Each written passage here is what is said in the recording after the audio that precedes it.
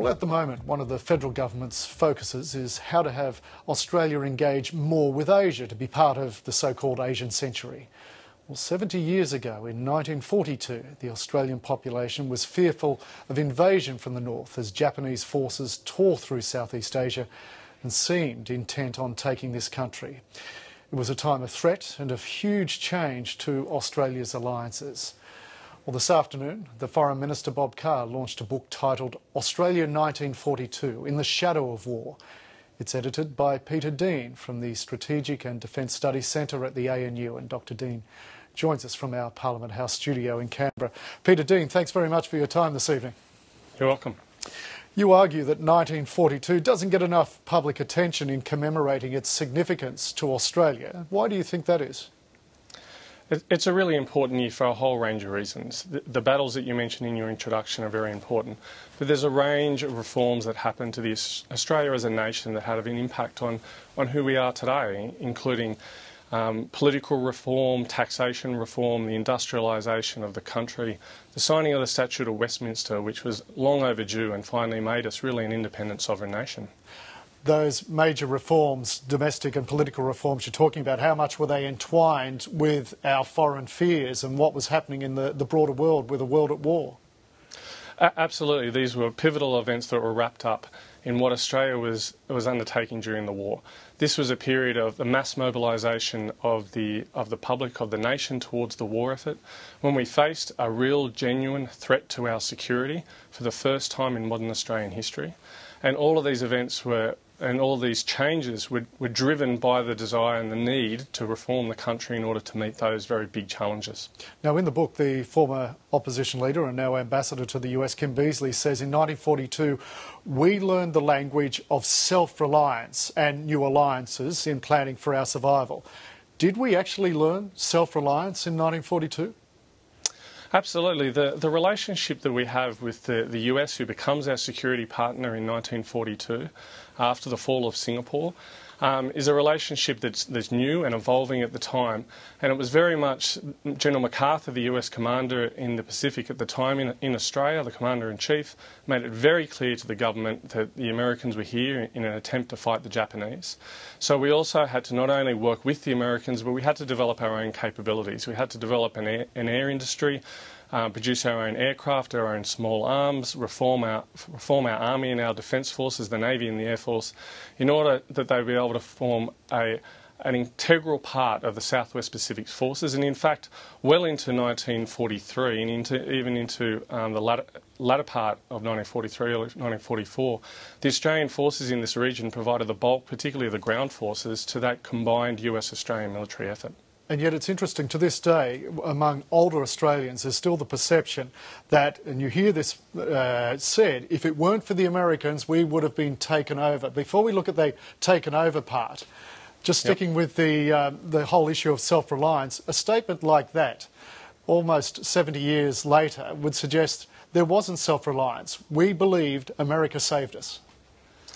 Well, I think what the ambassador is referring to there in particular is we'd had this relationship with the British under imperial defence, where we'd put stock in the British Navy in particular to provide our first line of defence. And really, as the United Kingdom was a declining power, it wasn't able to fulfil that role anymore. And we had to take more of the burden of that role on ourselves. Very much the Australian governments in the interwar period had used the shield of imperial defence and the British Navy to wind back defence spending and also the development of the military forces within Australia. And the realisation was coming in 1941 and in particularly 1942 with the fall of Singapore that we had to be much more self-reliant. We had to develop up a manufacturing and an industry and reform the military in order to be able to defend ourselves. And of course, self-reliance is not self-sufficiency. It doesn't mean that we had to do this completely on our own. It's very much the terms of self-reliance within an alliance framework. But we had to understand the limits of American input, the limits of British input before that, and how much we actually had to fend for ourselves and belong and contribute to a coalition, particularly in the Pacific at this time. The fear of a nation at that time, that the Japanese intention was to invade Australia. Yet, as certainly one of the chapters in your book points out, the Japanese intent was not that simple or indeed long-term planned that way, was it? No, in fact, it's a very complicated story, actually, the Japanese intentions towards Australia. In their initial plans at the start of the Pacific War, Australia was not identified as a target for the Japanese expansion. This was revisited after their great success early on in the war. And there was a great debate within the Imperial Japanese headquarters, and they were a very splintered, fractured organisation.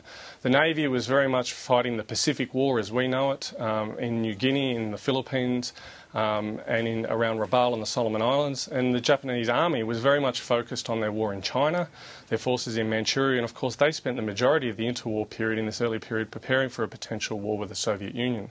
So while the Navy became very keen on possibly invading Australia, the Army were very much opposed to it. The Imperial Japanese Army basically argued they didn't have the troops to send to it. There weren't the ships available to actually bring those troops to Australia. So a compromise deal between the Army and the Navy was struck in March of 1942, where they decided that there wasn't enough shipping or enough troops available to invade Australia proper. So what they would do is isolate Australia from our American allies by occupying the region around Fiji, New Caledonia, the Solomon Islands, and of course Port Moresby, to cut us off from the sea lines of communication with the United States and build a protective and defensive barrier for the Japanese possessions that had been conquered earlier in the war. As you mentioned there, the compromise between the Navy and the Army was reached in March 42.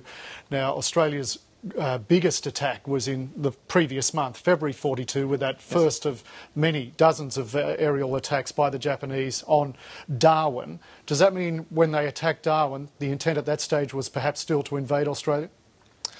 Well, realistically, the Imperial Japanese Army had been opposed to this operation since late 1941. The operation against Darwin in February in 1942 was actually a covering operation.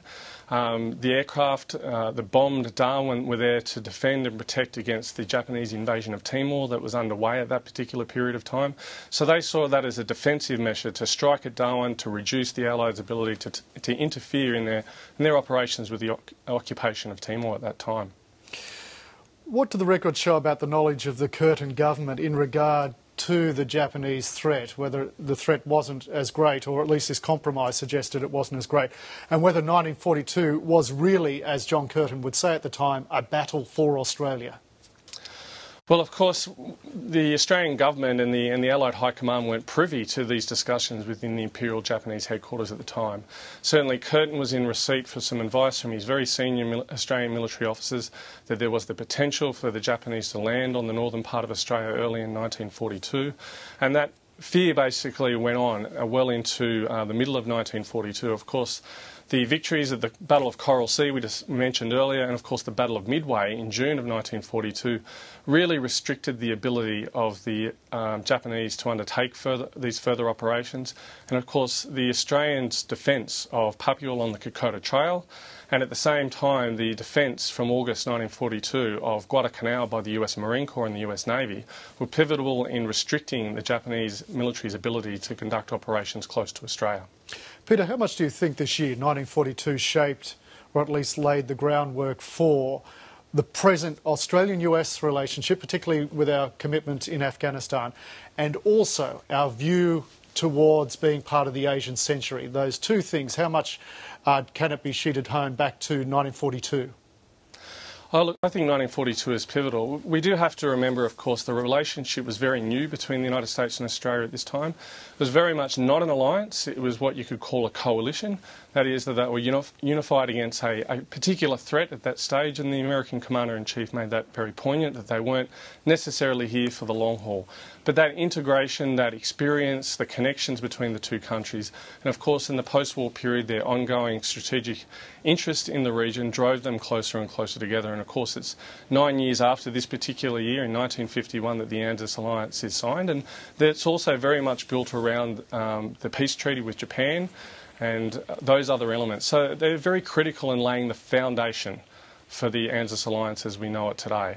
And particularly the military-to-military cooperation, and of course the exposure between the political officers and the high-level discussions that happened during the war are critical. The Asian centuries are obviously in a very important part of Australia's future, and of course we've always been situated geographically in Asia.